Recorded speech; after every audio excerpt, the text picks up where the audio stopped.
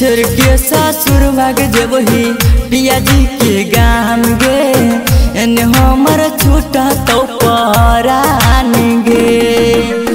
छोड़ के ससुर भाग जबही पिया जी के गाम गे एने हमर छूटा तो परान गे।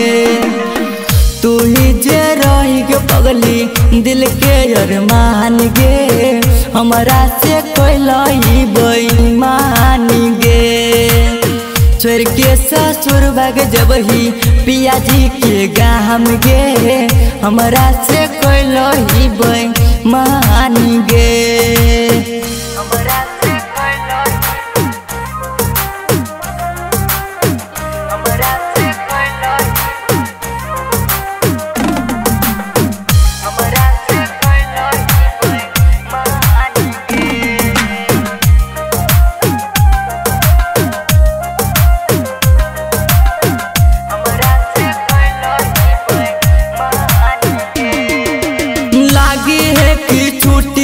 तो हमारो परानमा जनुआ के शोभ में जाइयो पागल खानामा लागी कि छूटी जेतो हमारो परानमा जनुआ के शोभ में जाइयो पागल खानामा। घर परिवार सब होते सपनामा सब बनी जेते दुश्मनमा। छोड़ के ससुर भाग जबही पिया जी के गाम गे एने हमर छूटा तो परानमा।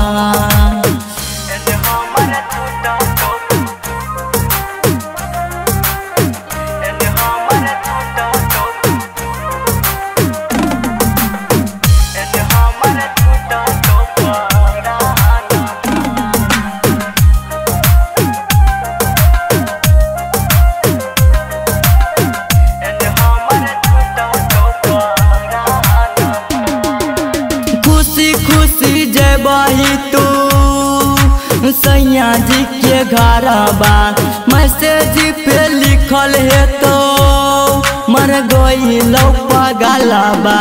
खुशी खुशी जबही तू सैया जी के घरबा मैसेज पे लिखल है तो मर गई लो पगलबा।